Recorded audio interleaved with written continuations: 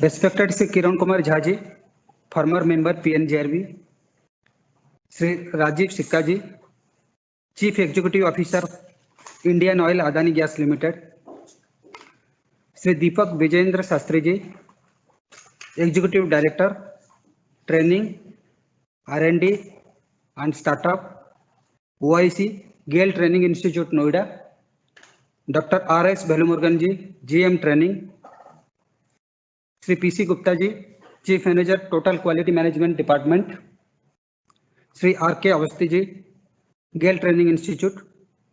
Ladies and gentlemen, a very good morning to all of you.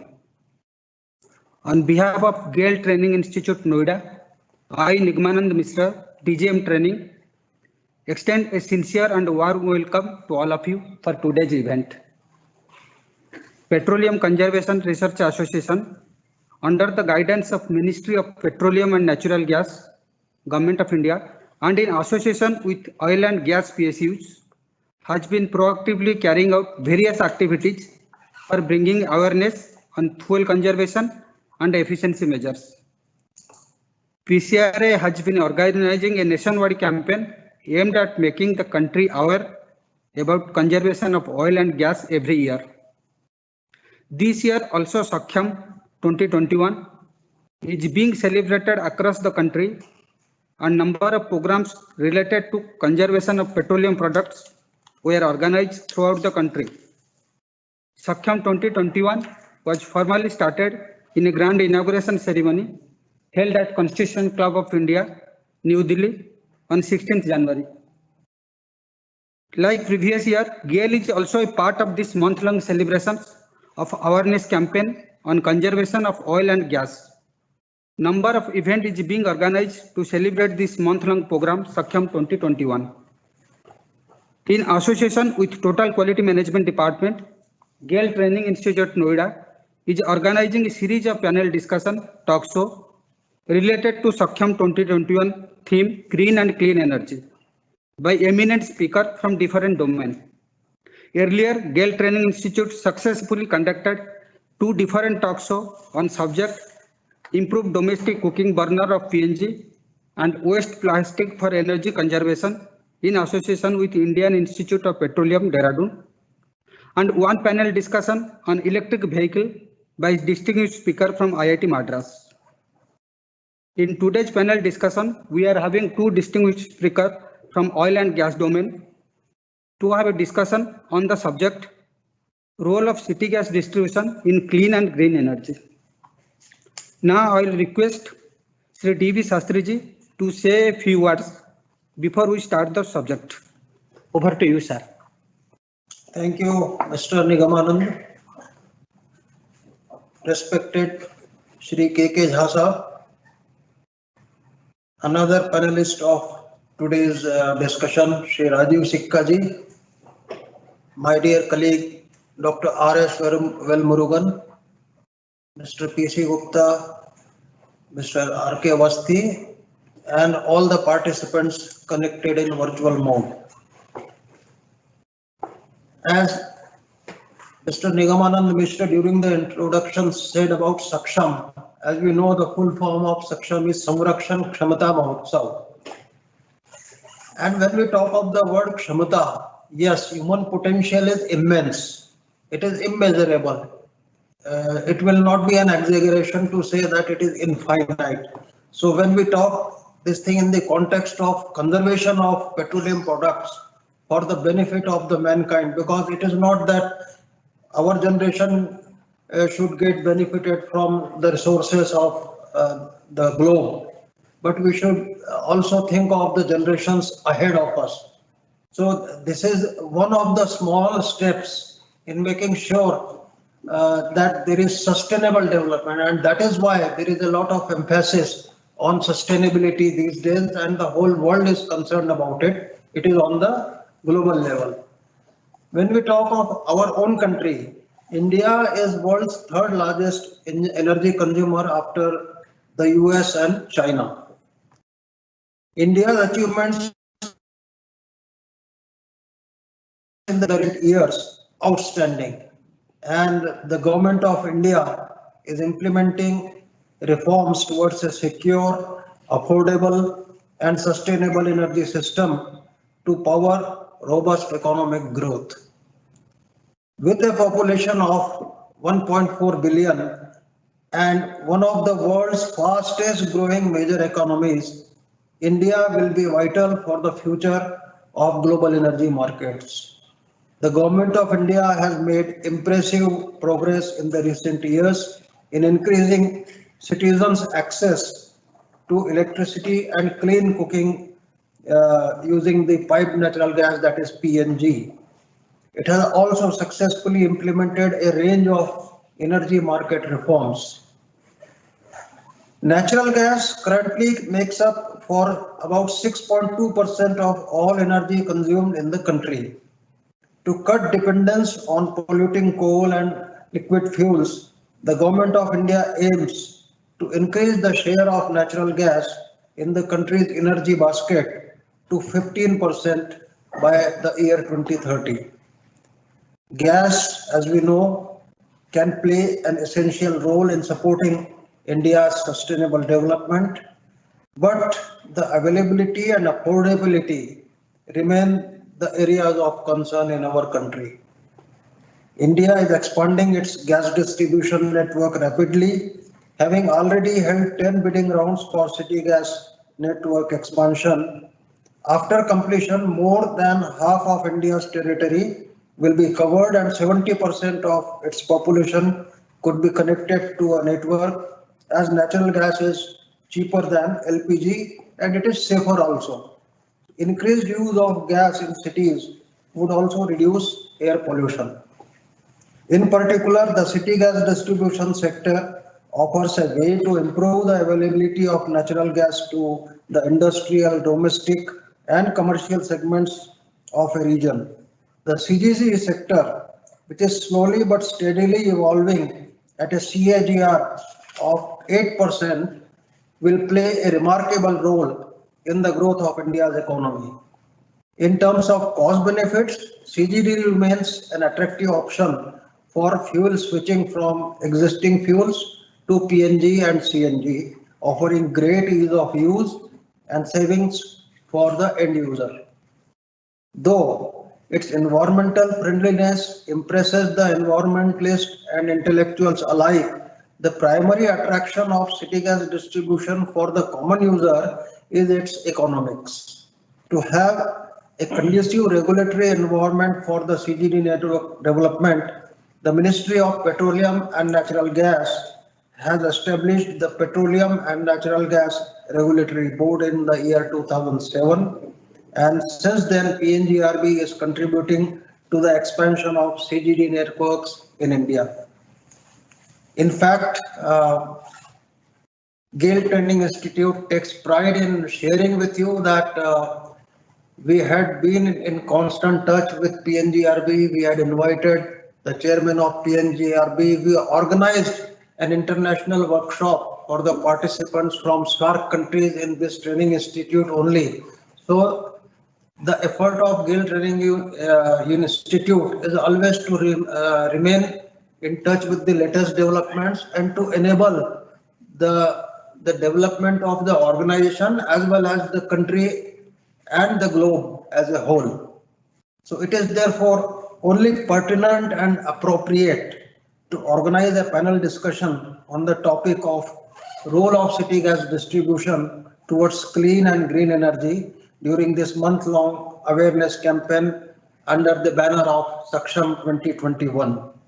GAIL Training Institute Noida is organizing today's panel discussion, and eminent speakers on the subject domain are present here to share their knowledge, experience, and way forward in the city gas distribution sector. With these words, I again extend a hearty welcome to our honorable panelists, Sri K.K. Jhaji and Rajiv Sikkaji, and hand over to Dr. Arif Velmurugan for further proceedings. Honorable and speakers and respected AD Training R&D Startup Sri B.V. Sastriji and colleagues present here and over the webcast.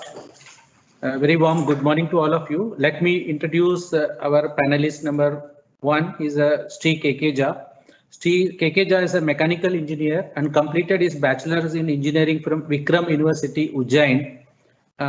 Sri Ja started his career from ONGC and later on joined IOCL. He worked in different capacities in IOCL and superannuated in the position of Director of Pipelines from IOCL in 2016.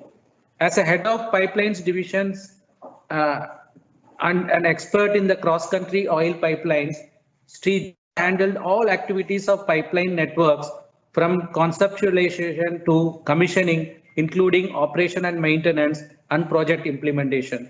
He also contributed as director in the board of Petronet India Limited. In February 2012, Government of India has appointed Sri Kekeja as a member of Petroleum and Natural Gas Regulatory Board, the regulator of hydrocarbon industry. Further, he steered the process of amendment of PNMP Act 1962 so as to provide for punitive measures involving acts of pilferage and willful damage to pipelines on behalf of the industry. On the academic front, he is a life member, IMA, All India Management Association. He is also having a certification, certified projects director from International Project Management Association. He is a member of National Association of Corrosion Engineers since February 2003. He has presented the numerical technical papers, lectures at various national and international conferences. Now let me introduce our panelists too. He is from Mr. Rajiv Sikka. He is currently CEO of Indian Oil Adani Gas Limited. In a professional career of more than 31 years, Mr. Sikka has worked across multiple regions of India with Bharat Petroleum Corporation Limited and has delivered an enormous increase in the sales of oil, gas as well as lubricant products. Mr. Sikka has done BTech in Civil Engineering from HBTA Kanpur and holds Master's degree in Urban and Regional Planning from School of Planning and Architecture, Delhi. Mr. Sikka has worked in IGL, Indraprastha Gas Limited, as Director Commercial. Financial 18-19 was very historical for IGL at all-time high of 54 retail outlets in a single year, as well as 2.8 lakhs of domestic registration in a single year was done. Prior to this, Sikka was Director Commercial of Central UP Gas Limited. And also Mr. Sikka is mentoring CXO level team members for startups, like mentors in various reputed institutes like IIT Kanpur, and also yes in IIT Delhi, MNIT, DTU, and all IIMs also, famous IIMs like Lucknow, Kasipur, etc. And he got several awards in BPCL, in-house awards and annual idea awards and FICCI member mobility awards and BPCL Northern Regional winner of quiz award. So these are the brief introduction of the faculty, and two of them will cover the topics on the city gas distribution. This will broadly cover existing geographic and customer bandwidth and what are the Government of India initiatives and what is the impact on the gas economy, natural gas, how it fulfills the energy needs in the country, and various initiatives like Satat, hydrogen pilot project, and emergency of LNG as a transport fuel.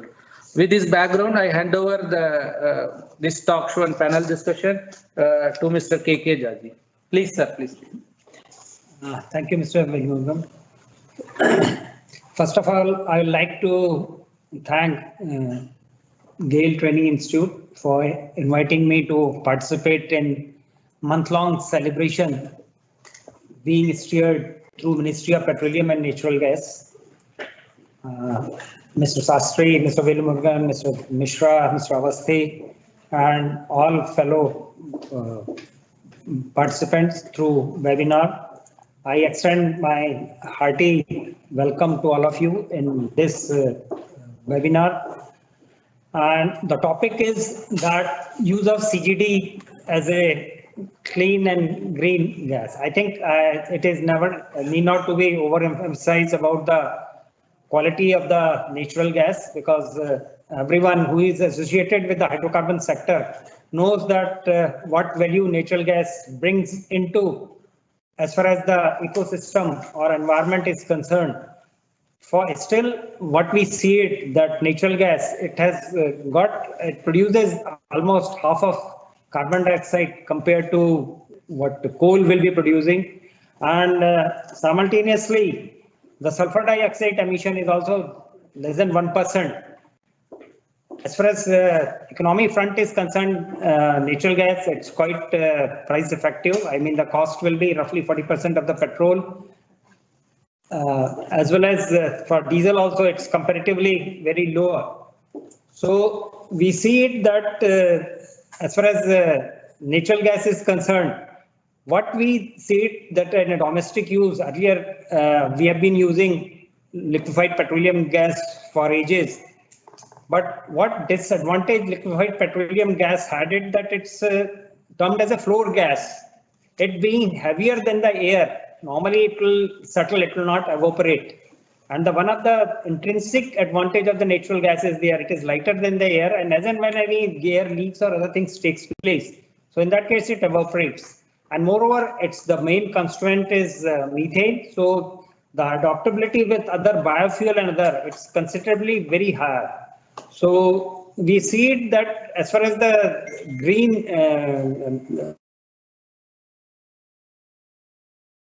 as a green energy, it's a natural choice. Natural gas is a choice. If we look into the hydrocarbon industry in India, it started way back in 1889 when it was struck in Digboi, and from then onwards, the development of hydrocarbon sector in India has started. What we found it that the use of gas in India as for the city gas purposes, it has a checkered history. In the year 1900, Bombay had a natural gas supply. I mean, there was a coal gas which used to be supplied into to the industries as well as to the domestic front in Mumbai. And prior to that, even in Calcutta, there was a Oriental Gas Company which was supplying coal gas from 1857. So we had a checkered history as far as the pipe gas utilization is concerned. But then the real impetus, it started in the year 1960 in Naharkatia when Assam Gas Company was formed. And what we have seen it earlier, that whatever the exploration used to take place, that the exploration used to take place for extracting oil, and gas used to be flared up. So that flaring of the gas, it continued for a pretty long time as far as India is concerned. But since 1960, when some in structured way we started doing it, the development of gas business started from there. And in Assam side, wherever the tea gardens were there, they started using gas for heating purposes and other. Subsequently, in 70s, India struck huge quantity of gas in Basin Reserve and Bombay High, what we call it today, and it changed the complete scenario as far as gas utilization is concerned. Gas Authority was formed, and then from there on, utilization of gas as a process fuel, as a industrial fuel, that started. And GAIL, once it was formed, that saw to it that the utilization of gas became very high. At one point of time, we had share of almost 11% in primary energy when the gas production was quite high. We were using quite a significant amount of gas. And as far as from Bombay, once the gas is started, the government authorized utilization of gas in particularly two cities, Ankleshwar and Bharuch. Those two cities were there, which were it was authorized that the uses of gas. Subsequently, when we came across that pollution levels were very high, Supreme Court, then Moorlal Committee and others, they came into the picture. And under the Supreme Court mandate, the greening of the environment that started, and natural gas became the, choice fuel. And with the formation of Indraprastha Gas Limited, Gas Limited and Mahanagar Gas Limited, the real gas business, as far as city gas distribution is concerned, that started. And there won't be any, exaggeration to say that as far as CNG is concerned, India has taken. And if someone remembers it, anyone coming to Delhi and others, they will find it there. In 8 hours, if they are in Delhi, they will find that their shirts have turned black, collars are black, cufflinks are black, their nostrils, they will be emitting the black shoot. So that was the type of the atmosphere it was there. With the, introduction of IGL and coming up of CNG stations as a transport fuel. So this helped in improving the quality of environment. Presently, we are having more than 2000 gas stations, CNG stations. There are almost 6.8 million PNG connections. And after formation of Petroleum and Natural Gas Regulatory Board, the impetus for development of CGD started. And 9th and 10th round of CGD has given a real boost as far as the spread of CGD networks are concerned. It in 9th round, 86 number of GAs were authorized. In 10th round, 50 numbers of GAs were authorized. And roughly now we can say that 50% of the geographical area of India, it is more than 50%, is covered under as far as for development of city gas distribution. And population coverage is almost 70%, and the number of districts which are going to be covered through the CGD networks are almost 402 districts. So it's a huge development which is taking place. With this type of huge development taking place, the Petroleum and Natural Gas Board, it came up with its thing. What we have presently is a uniform system of specification, codes. There are a number of regulations and procedures through which the industry has to comply with. Now, once this development is taking place, I recall the experience I have under my tenure when we were doing the cross-country pipeline network. What is required is once this huge development is taking place, we should not lose sight as far as the quality of the work is concerned and how we execute the work, because normally in the operation phase, what we come across that 90% of the operation phase problems are created by the construction or the project engineering and other issues. If suppose design is not correct and the project engineering is not correct, you will have a lot of issues with this.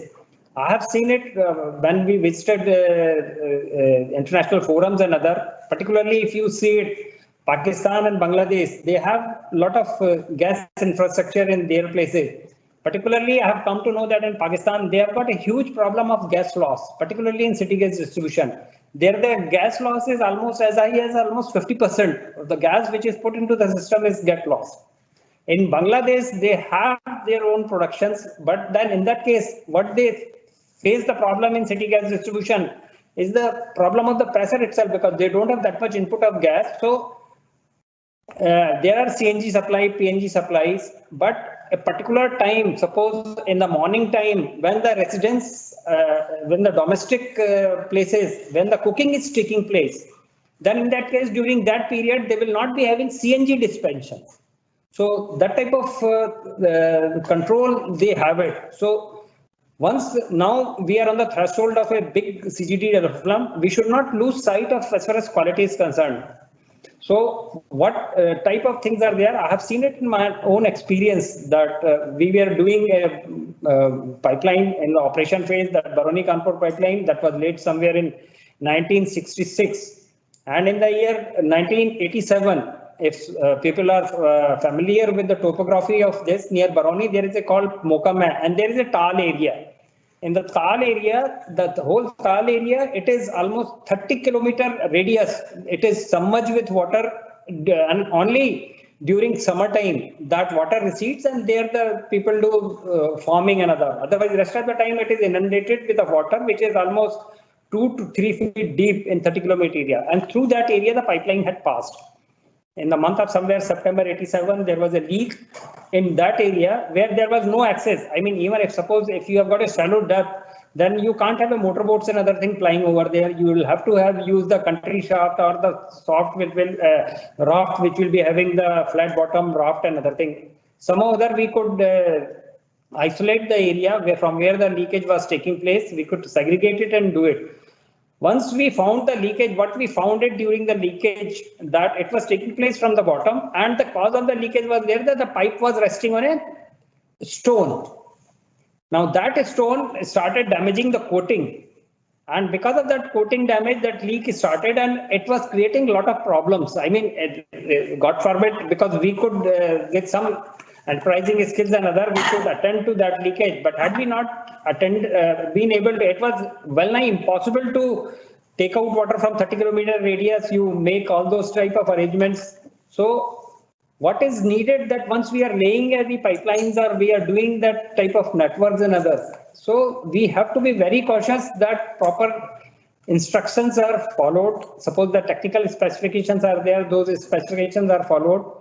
We have come across particularly where the corrosion is taking place. So in that case, when the route survey itself is taking place, it becomes very necessary that in the routes, what type of route we take it. If the route is taken in a proper way, then in that case, from project engineering side, from the survey side itself, we'll do it. You go to Assam, particularly, we have got a lot of oil field developed over there. In Assam, the soil resistivity itself is very high. It is roughly of the order of 40,000 ohm centimeter, and it is more than that. And in that case, even if the soil resistivity is very high, then in that case, if the pipe is poorly coated also, it will not get corrosion, because it's the corrosion part itself is a factor where the soil resistivity play a role. So once we are doing a selection, that selection becomes very important in what way these selections are taking place and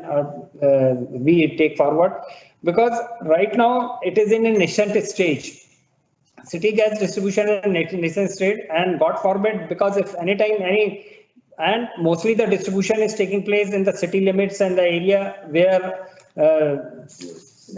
chances of, if suppose any mishap is there, the chances of intervention by regulatory authority or government or public, that become much higher, because with intervention of the government or regulatory authority and other thing, the industry will have to pay much more as far as for further development and other thing is there, or for taking care of those things.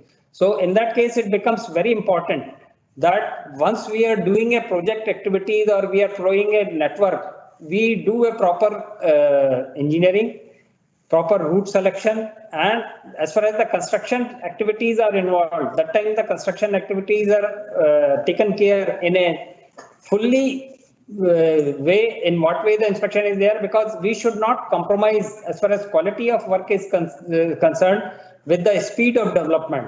I mean, right now we find it that if we do development very fast, so in that case we compromise on quality. We should not take it, and because today's pain in getting it in properly done will be tomorrow's gain. So that is what way these things are going to be there. There are a lot of challenges as far as CGD is concerned, because a lot of issues are coming up. We'll be discussing that what challenges and issues which we'll be facing up once we have the presentation from Mr. Sikka. But my submission to the August audience is there, whenever we are undertaking these activities for development of network, because a lot of activities are going to take place, huge development, because whatever the minimum work program which is being envisaged now, we got to have almost more than 8,000 CNG station. The number of PNG connections are more than, 40 millions, more than 40 millions PNG connections they are going to have. It's a huge thing which are going to take place. So in that case, whatever the activities are going to take place, we should not lose sight of it, because though natural gas is an environmentally friendly fuel and other thing, but then in that case, you can say it's your slave. How you master it, it depends upon it that in what way you are going to take it, how you take it in a quite safety way, and see to it that it is properly done. Because if suppose we starts having wastages, then in that case we'll be having problem because we are not having that much our own indigenous production. Right now, if we see it, roughly 58% of our natural gas, it is being through imported means. And the rest is indigenous production. And if we are having a target to have a 15%, suppose by 2030 that in energy, then in that case we got to find a more indigenous resources. If we are not finding, then we'll be getting more import dependent.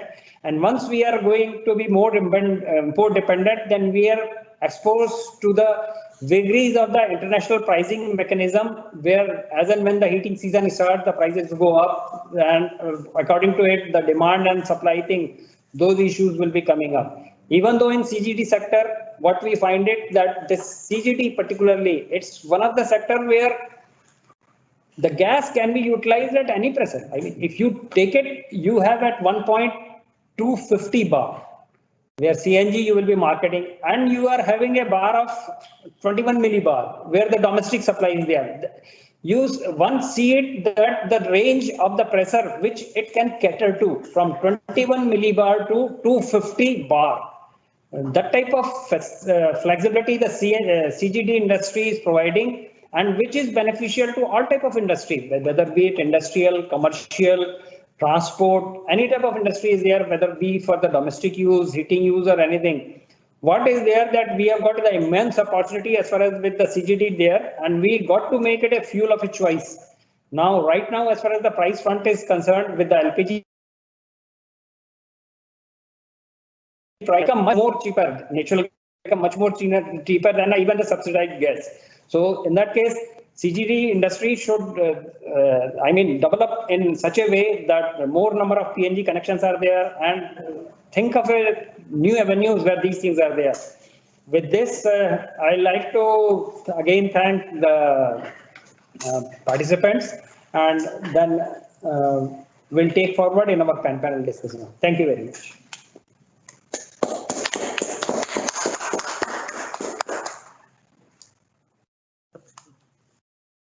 Over to you, Sikasa. Yeah. Good afternoon, everyone. Dear Shastri ji, Velu Murugan ji, Nagin Mishra ji, Nigmanand Mishra, Pritam Chand Gupta ji, Avasthi ji, and my dear panelist, Jhasa. It's wonderful to be here. The morning is very chilly. It has been pretty cold since yesterday. But the energy at Gale Training Institute makes me warm, actually. So many thanks to the organizers for the wonderful hospitality and the warmth which they have showed on both of the panelists. It's for me to speak something further. And I will shared my presentation in a way that I will be speaking few things on whatever is happening. There would do duplication also, if Jhaji has already said that, so please pardon me for that. And then I will go ahead with the glimpses of whatever is happening. With this, I proceed towards my presentation. The topic was clean fuel and greener fuel. And historically, India, like Mr. Jha also said, the petrol, diesel and other fuel alternatives are there since more than 100 years back. And so I'm not talking about that, whether it's petrol, whether it's diesel, whether it's furnace oil, whether it's LDO, which are being used by the industries, by the automotives over the year. I'm concentrating today on some of the options which have thrown up in last 20 years, 30 years or 2 years only. So like electrical vehicles, now there is a lot of talk going around them. Some of the Indian manufacturers have already started in their own way, whether it's autos, whether it's cars. Similarly, the compressed natural gas and compressed biogas, which is there now almost 30 years and is growing day by day. How it grows, why it is growing, those things I will cover later. LNG has been also being discussed, LNG trucks, LNG movement, LNG corridor that is being discussed for last 4-5 years, and that is also taking a shape, tangible shape now. Similarly, one of the recent development is hydrogen. How people are talking about even more purer energy and how that will help, whether that can be sold or used or consumed on its own or with CNG. So many things are happening, and the sector, the energy sector as such is very much alive and vibrant.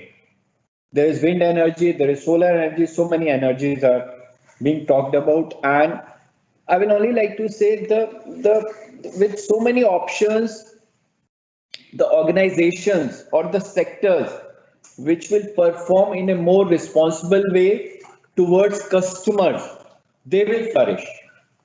At the end of the day, it's the customers who make their choices, and this choice enables the expansion of business or taking the business in the right way.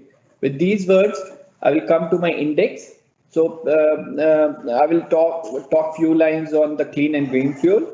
Then I will, as already shared, I will be concentrating on the CGD business and what has been happening of late in the sector. I will also give a snapshot of the CGD sector, then some of the benefits of the clean and green CNG. Then, as already well known now, central government, the regulator PNGRB, and the various state governments have taken a lot of initiatives during particularly last 5-6 years to promote natural gas, to make the energy, I would say CNG, PNG to fulfill the needs of a large section of people. I will cover some of that. And then I've got few more slides where I will describe some of the latest news just to take you around directionally where this business is heading. And that's how I want to proceed. So over the last few years, due to the government policies and due to the facilitation by the regulator, now so many GAs, 232 GAs to be precise, which have been allocated to various CGD companies. I would say the beauty of this business now is there are OMCs, BPC, HPC, IOC, they have now come into play. There are the GAIL was there already. Now GAIL is there, Oil India has come, and the various JVs. Earlier they were, some of the OMCs were there, but OMCs and GAIL was of course there, but they were with the JVs. So now so many JVs are there. And apart from that, private entrepreneurs have also been attracted to the business. So overall, the business seems to be exciting, and 53% of the country area in terms of geography and 70% of the population will be utilizing the benefits of natural gas once the current bidding which has been concluded, it takes fructified, and the fruits are there to be seen everywhere. As the government of India is driving continuously to take the mix of NG, natural gas, in the energy sector to 15% from the current levels of 6.2% in another 10 years, 7 to 8 years.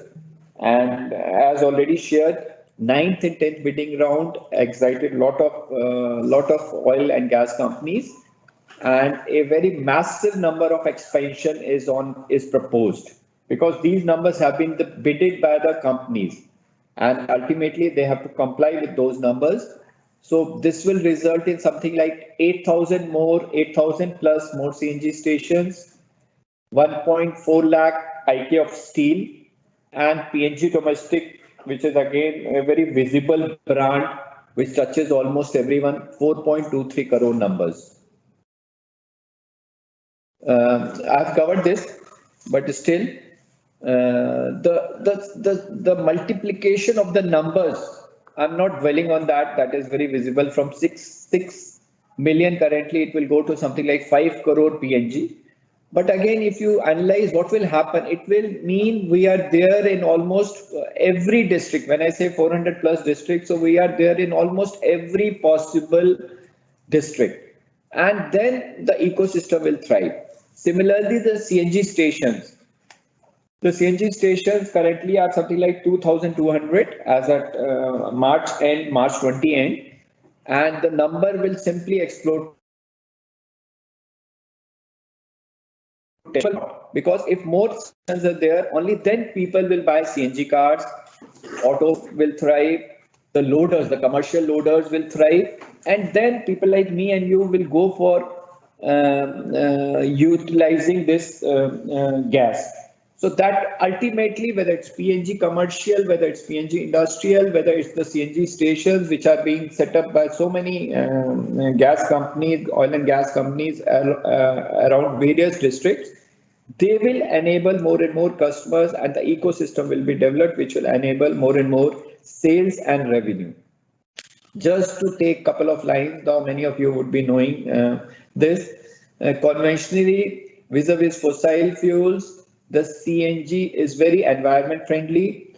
It gives less pollutants, which itself becomes for a country like India with a vast population, which becomes very meaningful. If you analyze it on CO2 parameters, the CNG is 16 to 75 gram over 100 kilometers, vis-a-vis petrol and diesel, which are too high, 22,000 almost approximate, and PM, and the PM is very less, 0.29 vis-a-vis 1.5, 12.5 of diesel, which is simply, as Mr. Jha was also saying earlier, during early 90s or late 80s, whenever someone used to come in a state like Delhi or maybe Bombay, the pollution itself was too much for, which was not good for health, as well as I would say the economy of the country also. Some of the initiatives which have been taken of late by PNGRB and government ITAS, but again, how will the sector grow? The sector can only grow if it becomes more vibrant, more alive, and more open. One of the steps has been taken of late. The first regulated gas exchange has been set up. Maybe few more will come, but only these things, because apart, we should have more and more suppliers. We should have more and more people who can offer gas. Whether it's a small customer, whether it's a big customer, it has to be taken to the various populace. So maybe this exchange will facilitate in that, and again more exchanges will come. Similarly, the unified tariff structure, which was demand of the industry since long, that has also come because the tariff structure was very old. So it required a new look. So now a two-zone tariff structure has been authorized by PNGRB, has been notified, and it has been done just a couple of months back. Now there are two zones, and ultimately my interpretation is the tariff for consumers located in interiors, whether hinterland or rural areas, that will be facilitated through this step. Similarly, LNG, it's been talked about since so many years, but a very clear cut of guidelines have been brought out again by PNGRB. Again, from customers' point of view, the cars have to be authorized. The cars, because whether it's RTO, whether it's transport department, they have to recognize, they have to give the legal validity to the fuel, and notification has already come for bio CNG, which is being promoted in a big way, as well as HCNG. And CBG, there has been a lot of talk during last 3 years. And India being an agrarian economy where a lot of agri waste is there, a lot of bio waste is there, it seems a very logical step to generate gas, biogas out of by establishing so many plants, which many companies have already begun with. They are in various stages. A couple of them are operational also, few of them to be precise.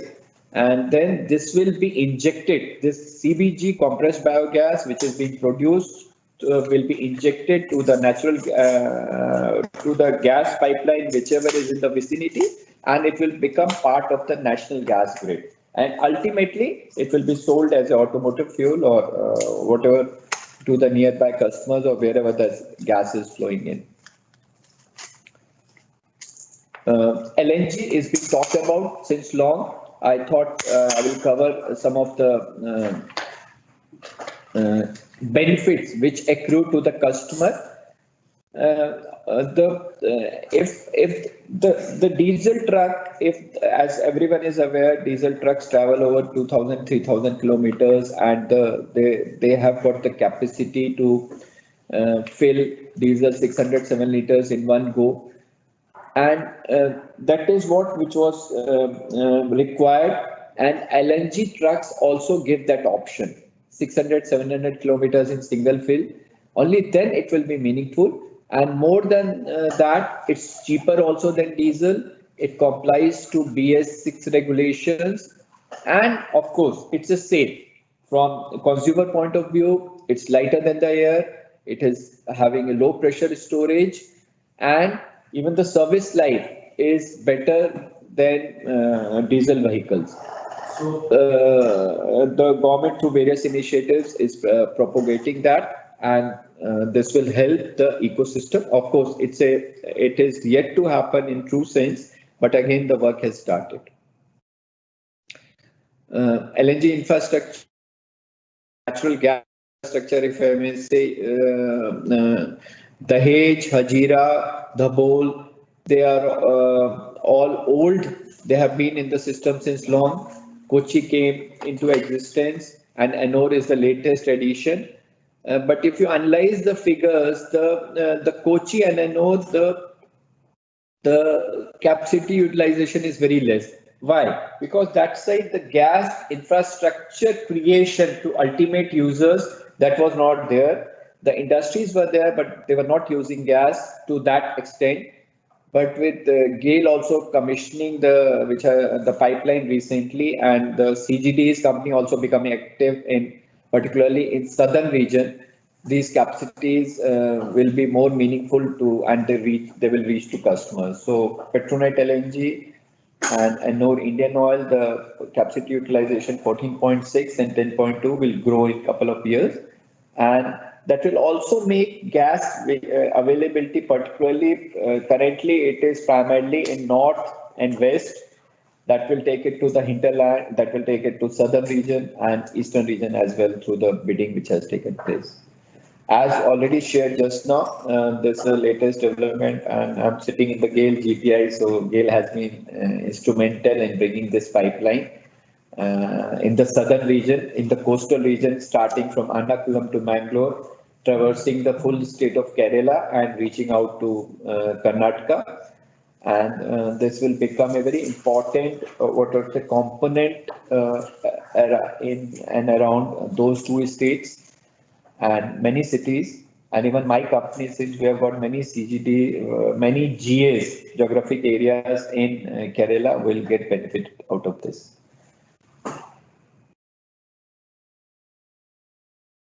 So why this all is happening? Ultimately, if you compare with particularly petrol and diesel, where the oil companies have got the pipelines and they transport it through railways, they transport it through tank lorries, the depots and the oil storage installations are there everywhere. So they are able to reach the customers, whichever district you say in India, whether it's Ladakh or whether it's Kanyakumari or whether even Andaman. But energy, the challenge for natural gas so far has been the pipeline. The pipeline development, which has been done by GAIL primarily, but now the other players are also there.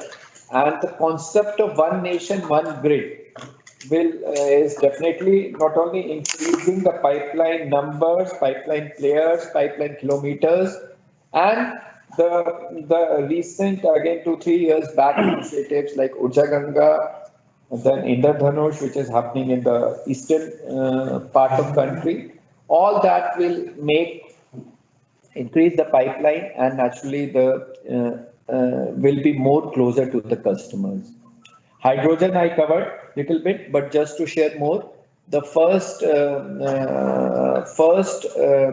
pilot outlet which was opened with the collaboration of Indian Oil and Indraprastha Gas Limited, that was started about 3 to 4 months back in Delhi, and hydrogen 18% is being mixed in the reformer, and again it is converted as it is coming out in the form of CNG, and this has been a pilot, and so far I understand it's running well.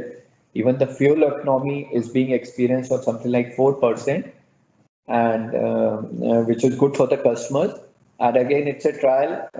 I'm only hoping that it goes out well and numbers will multiply, because in other countries, if you analyze, there are hydrogen outlets, and hydrogen being very easily available, why not? We must explore this kind of new challenges. The photo here, the picture here depicts when the hydrogen outlet was commissioned in the month of October 2020. And as already shared, it's more economical and is less polluted by 70%, and uses compact reforming process, which was patented. This technology was patented by IOCL. Lot of biogas plants are coming up. The government of India is driving this. As already shared, the Indian economy is agrarian, and this Satat initiative, which is being led by government of India, and almost 600, as per my information, 600 LOIs have been issued earlier, and now almost 1500 LOIs. And when I say LOIs, they are various entrepreneurs.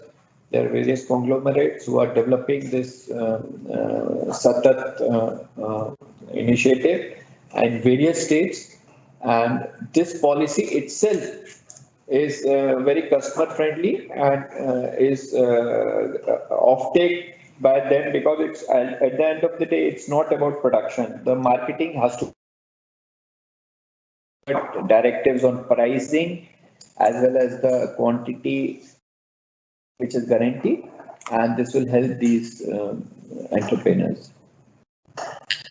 Budget is also there, and we are talking on the clean and green energy. There has been a lot of talk from almost since when GST came 4 or 5 years back, because other products are like LPG, one of the competing products. LPG has been under GST. So far, government has not brought NG under GST, so it's a request from the various sectors to bring it. And the regulatory issues, the ROUs, the approvals, that has been also talk or demand of the CGD industry and the GAIL and other big players to have better facilitation with respect to approvals. And the pollution of late, the climate and the environmentalists have been very active.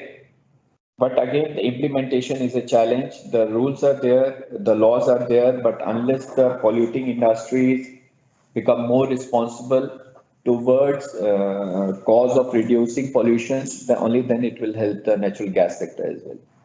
With these words, I bring an end to my presentation, and thanks to everyone who was very patiently listening to it. Thank you so much.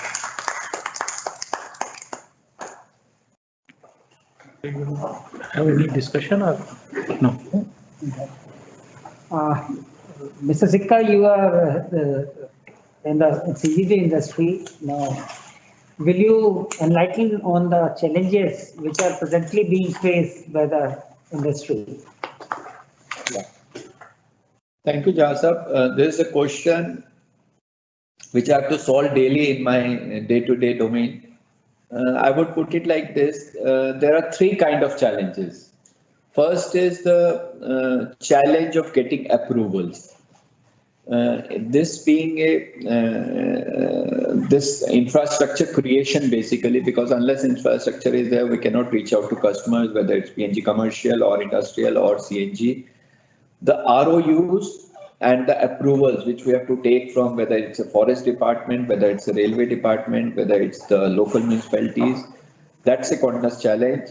In last couple of years, state governments have been also more aligned towards this cause, but still lot of effort and lot of energy is required to get the challenge.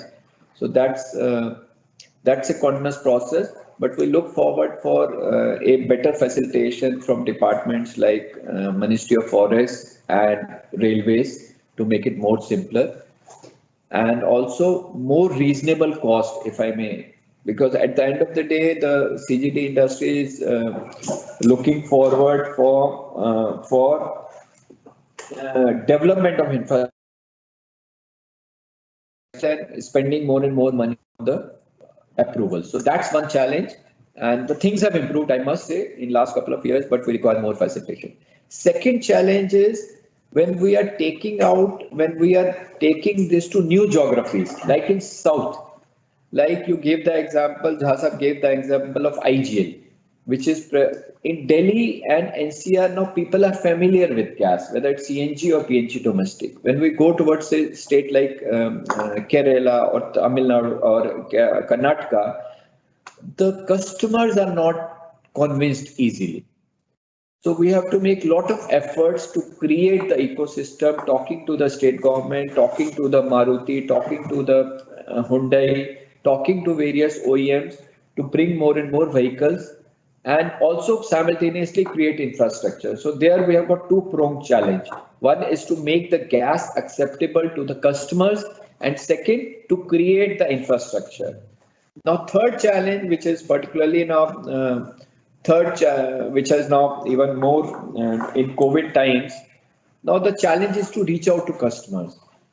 The challenge will be to adopt better technologies, digital marketing, so that we can reach to the customers. So these are the three challenges being faced, and we are in our own way, we are trying to get.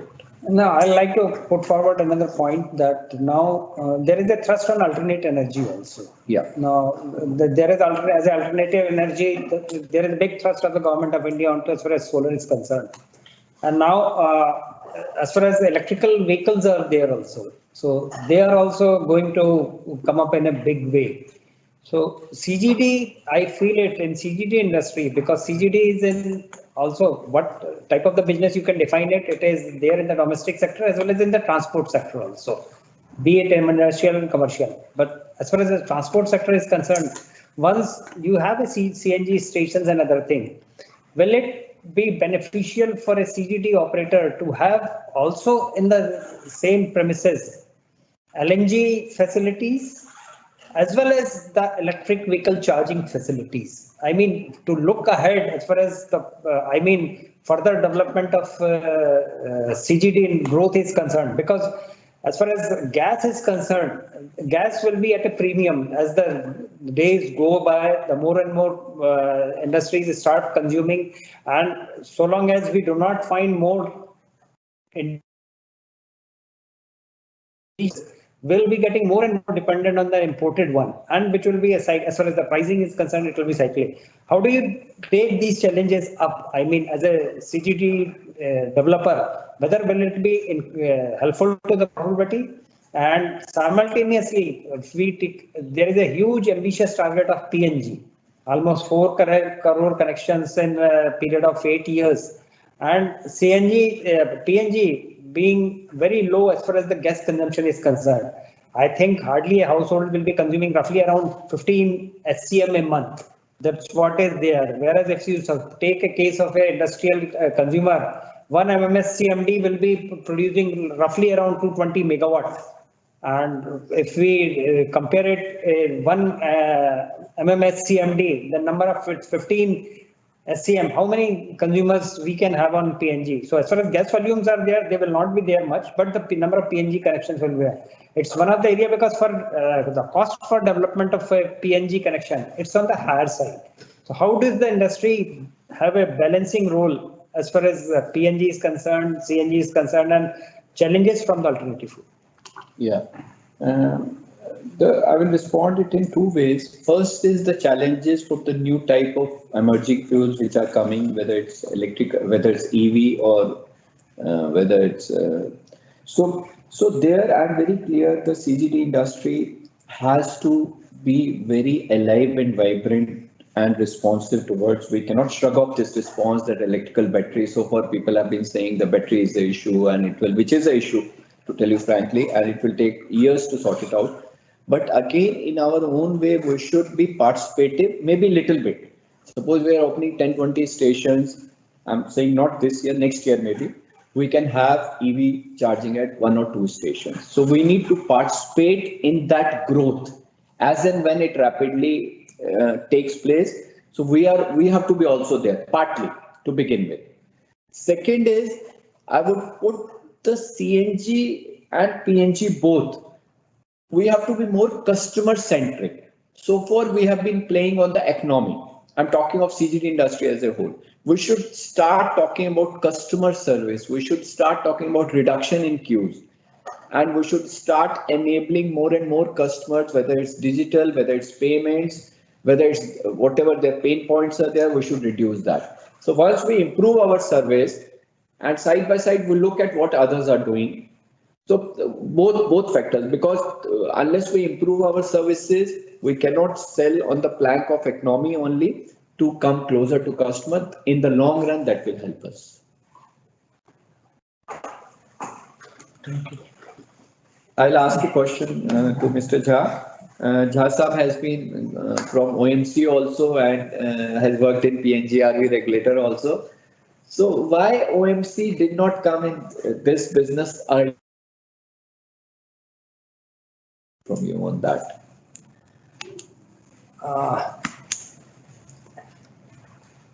As far as OMCs are concerned, probably OMC focus more, OMC's experience has been more towards how to manage supply of product. And if you look at present scenario, more than 80% of our crude oil, it is imported. So the focus of as far as OMCs were there, they were more onto the supply side because they were trying to manage the supply, how the input will be there. I recall it in my own association with my own companies when natural gas was there. One of the big question used to be posed that where is the gas?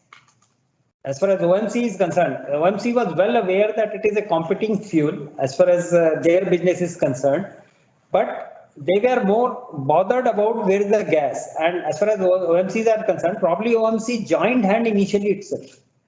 Today, what we see it as a Petronet LNG. It's they joined hands and started Petronet LNG so that LNG with a long-term contract. Because earlier, those type of things were not there. We were simply, as far as gas fields were concerned, the gas fields were Bombay High and remaining isolated fields wherever the domestic was there, which were being taken over. And mostly it is being done by as far as OMCs are there, they are the government undertaking, and government had mandated GAIL as far as the development and other part is there to come up with that. So that area was there where competition and those issues were. The things started changing when the discovery of KG-D6, when that started coming up, then it opened a huge avenue. Because what you find that where the KG-D6 was supposed to have 80 to 120 MMSCMD of the gas. So that was the huge potential, and simultaneously Gujarat State Petronet, they declared Dindyal field that they will be having a potential of roughly 50 MMSCMD. So the question of supply of gas had almost evaporated. So in that case, once the competition is there, doorstep, the OMCs started thinking that, well, why should not we enter into it? And as far as OMCs are there, they put in their expertise as far as on the retail side is concerned. Suppose today we saw it, what is Indraprastha Gas Limited, Gas Authority of India and Bharat Petroleum, where the expertise of the retail of BPCL and the competition of the technical know-how of GAIL in handling gas, that merged together, and then and if we see the development of Mahanagar Gas, it was also same way that it was a British Gas and GAIL and BPCL, they joined hands and then developed. And rather, I should say today what CGT industry, particularly on the technical side, the development which has taken place, the biggest contribution on technical front as far as specification and standardization is concerned, it goes to British Gas. Had we not had that much integration with them, probably today, whatever the development we have seen on technical front and specification front would not happen. So because they are the pioneer, old ones, which they have been developing gas, they have been distributing gas and others. So in that case, those things helped it. Now OMC has come in, they have started participating. And one thing is there that once they start participating, now when they started participating, they are also being, because to have CG and CGD in the recent development as far as access and other things are concerned, now they are also being barred from utilizing as far as the free trading and other concerns are there. So these are part and parcel of the, issues which are going to be there. But now as far as OMCs is concerned, probably because it's also one of the fuel of the choice, and once you are in a business of transport or supplying cooking fuels and other things, you've got to enter into these type of business.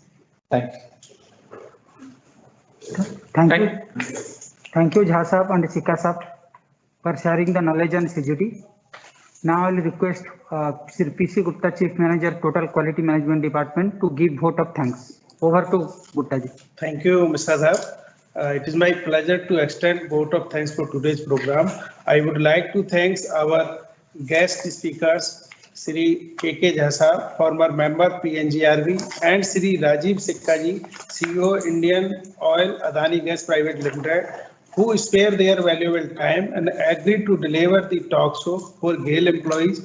We are very much thankful to our eminent panelists for enlightening us with their knowledge, experience, and policy in the field of city gas distribution and importance of the PNG, CNG, bio-CNG and hydrogen CNG sectors. I wish to express my gratitude to Team GTI Noida, GAIL Training Institute Noida, BIS department to organize this program, which is very relevant topic in Sacham 2020-21 for mass awareness campaigning.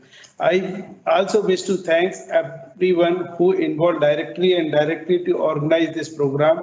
My heartfelt thanks to all GAIL employees who joined this webcast from various sites across GAIL. Once again, thank you very much to all.